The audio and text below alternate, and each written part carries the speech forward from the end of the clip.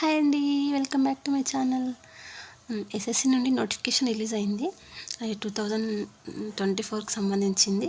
అయితే 27న రిలీజ్ అయింది. నేనే లేట్గా మీకు ఫార్వర్డ్ చేస్తున్నాను.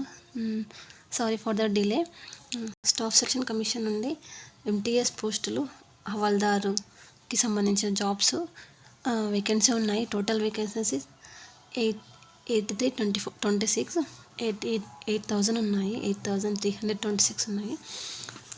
పోస్ట్ ఫీ వచ్చేసి 100 ఫర్ జనరల్ వాళ్ళకి 100 ఫీజు నుండి ఎగ్జిబిషన్ కూడా ఉంది. ఎవరికంటే ఉమెన్స్కి ఉంది, ఎస్సీ ఎస్టీ, పీడబ్ల్యూడి, ఈఎస్ఎం వాళ్ళకి. ఇంకా ఇంపార్టెంట్ డేట్స్ ఆన్లైన్లో ఆల్రెడీ స్టార్ట్ అయిపోయింది.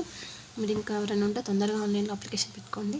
27 పోస్ట్ నోటిఫికేషన్ రిలీజ్ అయిన తేదీ స్టార్ట్ అయింది ఆన్లైన్ అప్లికేషన్. 27 జూన్ 2024లో స్టార్ట్ అయిపోయింది. ఇప్పుడు మనకి ఎండింగ్ డేట్ వచ్చేసి 31 జూలై 2024. ఇంకొక 5 days ఉంది. తొందరగా అప్లై చేసుకోండి. ఎగ్జామ్ డేట్ వచ్చేసి అక్టోబర్ నవంబర్ ఆ టైంలో, ఆ మధ్యలో మీకు ఆన్లైన్లో ఎగ్జామ్ జరుగుతుంది. మీరు ఒక 2 months ఉంది కాబట్టి మంచిగా ప్రిపేర్ అవ్వండి.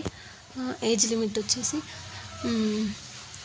18 25 5th మధ్యలో ఉండాలి ఏజ్.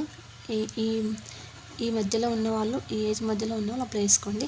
ఇంకోటి, ఈ ఏజ్ వచ్చేసి 1919 ఆగస్ట్ 2 కంటే ముందు ఉన్న వాళ్ళు ఎలిజిబుల్ కాదు. 2006 ఆగస్ట్ 1 తర్వాత ఉన్న వాళ్ళు కూడా ఎలిజిబుల్ కాదు.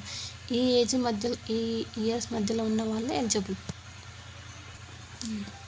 ఇంకోటి, age relaxation SC ST PWD వీళ్ళకి ఎక్స్ సర్వీస్ మెన్ వాళ్ళకి ఏజ్ రిలాక్సేషన్ ఉంటుంది.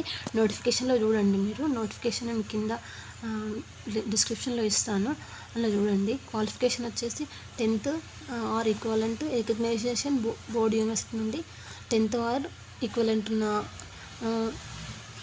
మన క్వాలిఫికేషన్ అయితే ఉండాలి. పోస్ట్ నేమ్ వచ్చేసి MTS non technical and havaldar CBIN and CBN post. ఇది సిలబస్ వచ్చేసి మనకి జనరల్ 2 పేపర్స్ ఉంటాయి. General studies and maths background ఉంటుంది అన్నమాట. మ్యాథ్స్ అండ్ క్వాంటిటేటివ్ అప్టిట్యూడ్ కొంచెం బాగా ప్రిపేర్ అవ్వాల్సి ఉంటుంది. ఎస్ఎస్సి లెవెల్ ఎగ్జామ్ అంటే చాలా టఫ్ ఉంటుంది.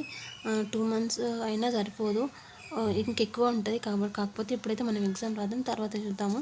All the best guys. ఇంకేమైనా నోటిఫికేషన్ సంబంధించిన డౌట్స్ ఉంటే నాకు కింద కామెంట్ చేయండి.